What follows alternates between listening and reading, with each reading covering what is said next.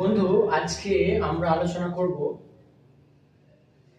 হোমিওপ্যাথিতে সবথেকে গুরুত্বপূর্ণ একটা মেডিসিন, যে মেডিসিনটি মানুষের হার্ট অ্যাটাক হলেও সেটিকে আবার হার্টটিকে সবল করে দেয়, হার্টটির আবার কার্যক্রম ফিরিয়ে আনে।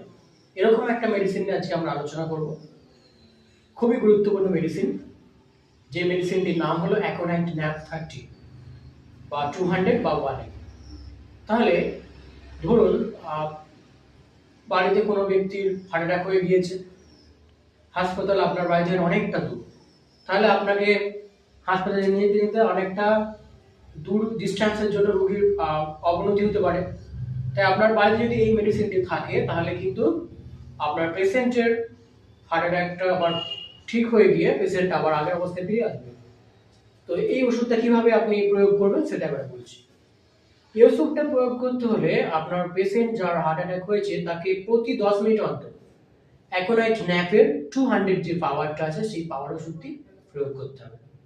প্রতি 10 মিনিট অন্তর আপনাকে প্রয়োগ করতে হবে, যতক্ষণ না পর্যন্ত রোগীটা স্থিতিশীল অবস্থায় আসছে। রোগীর সঠিকভাবে ঠিক না হলে আপনি এটাকে প্রয়োগ করতেই পারেন। এটি হচ্ছে হোমিওপ্যাথি একটা এমার্জেন্সি মেডিসিন। এই মেডিসিনটির এবারে আমি লক্ষণগুলি বলবো। এই মেডিসিনটি কখন প্রয়োগ করা উচিত?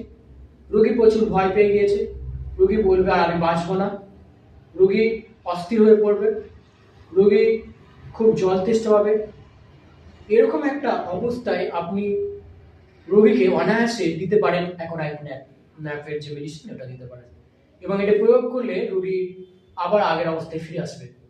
Thank you for watching.